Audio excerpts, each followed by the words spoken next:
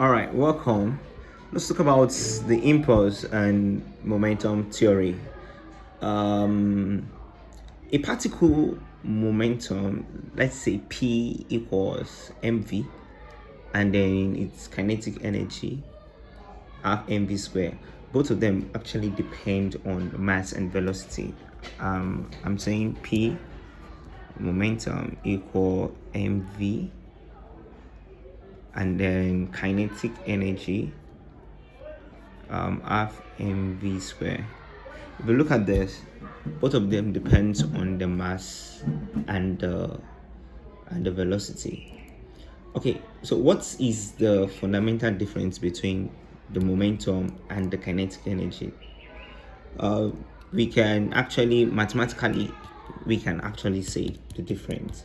For momentum, it's a vector whose magnitude is proportional to the speed, while for kinetic energy, it's actually a scalar quantity which is proportional. That's the magnitude is actually proportional to the speed square.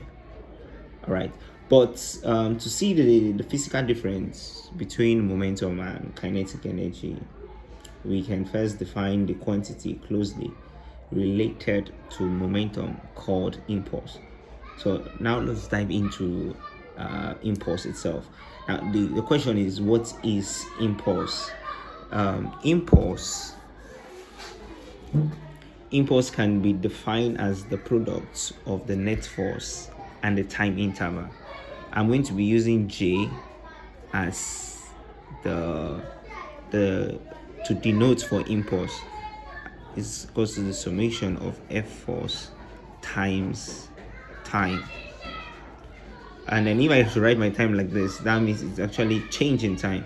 And remember from the first video, we said the summation of all force is actually the same thing as the net force. So this momentum is it's the product of the net force and time, change in time. Now we should know that impulse actually is a vector quantity. Yes, so its direction is the same as the net force. So the SI units for impulse, or from here, the unit for force is Newton, and the unit for time is seconds. So this is the formula for impulse. Now let's go deep. Let's look at Newton's second law of motion related to momentum, and then we derived that in the first video, that the summation of force, that is the net force, equal the change in momentum over the change in time. In this case, let's assume the change in momentum and the change in time, it's equal to the change in momentum, and let's say P2 minus P1 during the time interval of T2 minus T1. That's if the net force is constant. So let me rearrange this formula. This summation of F T2 minus T1 equal, note the quantity that I'm putting arrow, like this arrow cap on it, is actually trying to tell us that it's actually a vector quantity. So from this, we've said that from this equation, we said that force times time, as the product of the net force and the time, is actually what we call impulse. Now, comparing this formula with this formula, if you don't understand, you can rewind the video again and then listen very carefully. From this part, This part is actually telling us Newton's second law of motion. So comparing this equation, let me title it equation 3, title this one equation 2, title this one equation 1.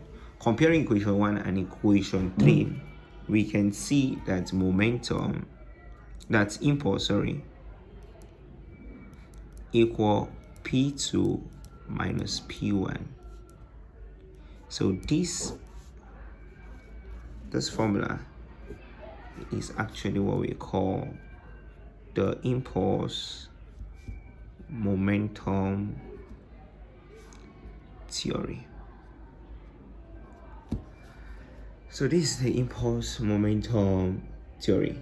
Now, the change in momentum of a particle during a time interval equals the impulse of the net force that acts on the particle during that interval. Now, let's assume that the forces are not constant.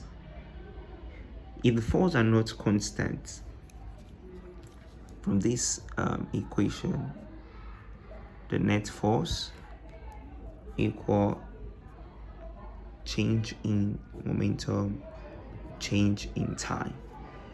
If the forces are not constant, let's find the derivative. Now the derivative will be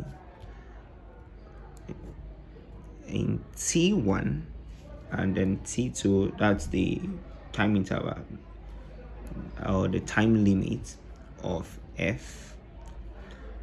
The t, everything here is what we call momentum, impulse, equal the integral of momentum. Now, many of you will be asking the question, how do we now differentiate this? I'm going to put it in respect to time, the t. Note, the equation has not changed. From here, what I did was cross multiply. The t mixes with the sum of forces, and that's the impulse. And then I'll be left with, okay, let me just write the expression here. Summation of dt equal this, right? Now, what's introducing the t at the denominator, I actually introduce it at the numerator, not to change the equation. All right, so if the simplification of this now will be momentum 1, momentum 2,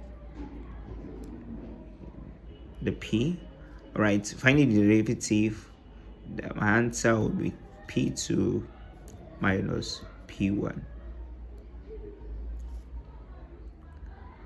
So now this now is the solution if the forces are not constant. The integral on the left is defined as the impulse, this, and then the net force during the time interval. So in summary, I'm going to say impulse equal the integral limit t1 to t2 summation of f the t.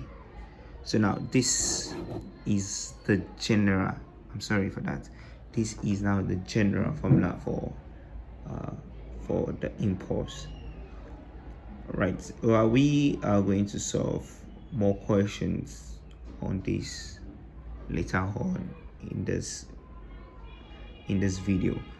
Okay, quickly let's discuss about the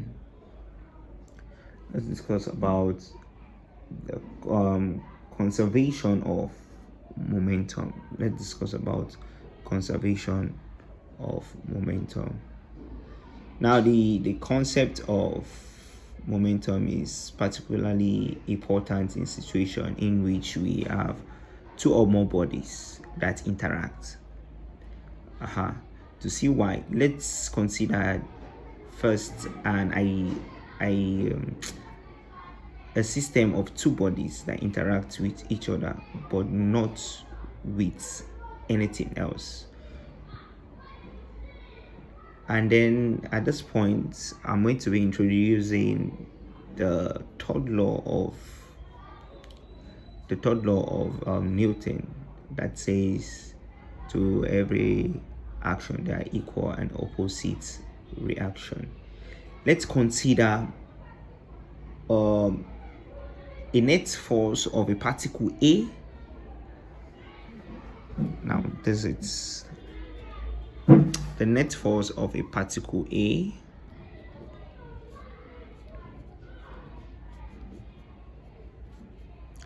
on particle A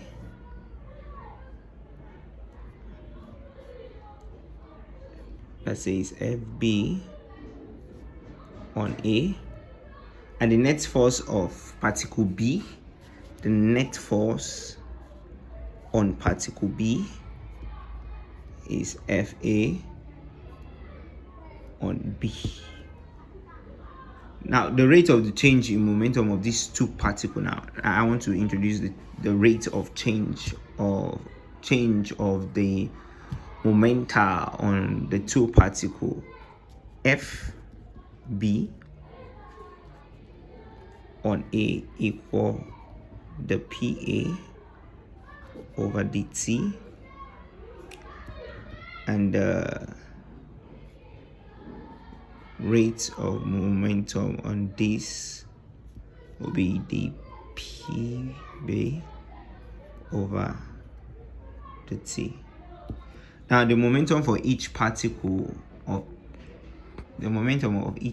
changes, but this change are related to each other by Newton's third law. Now the two forces, that's FB on A and FA on B, are always equal in magnitude and opposite in direction. That's what Newton's third law of motion says. So I will just write that mathematically. So that FB on A equal minus FA on B. Now, from this illustration, it's trying to tell us that the sum of all forces now equal to 0. That's FB on A plus FA on B equal 0. So, having this, let's introduce back the rates of momenta for FA and FB. It will be equal to the PA. Remember, FB on A is the derivative of momentum at A over dt plus the PB over dt equal 0. So I'm going to factorize out the derivative of this. Mathematically it's correct. PB over dt equal 0. Now the rate of change of the two momenta are equal and opposite. I think we said that. And the change of the vectors, that's the sum of them, is equal to 0. Now we can define the total momentum as P.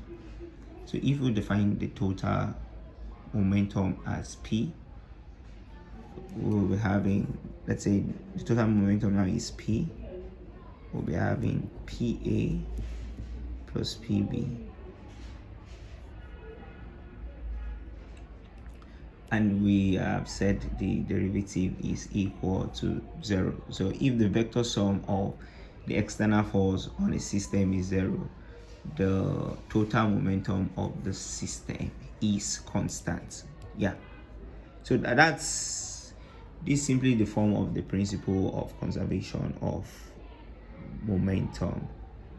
All right, let's now go to the next video and then find out some interesting facts concerning momentum.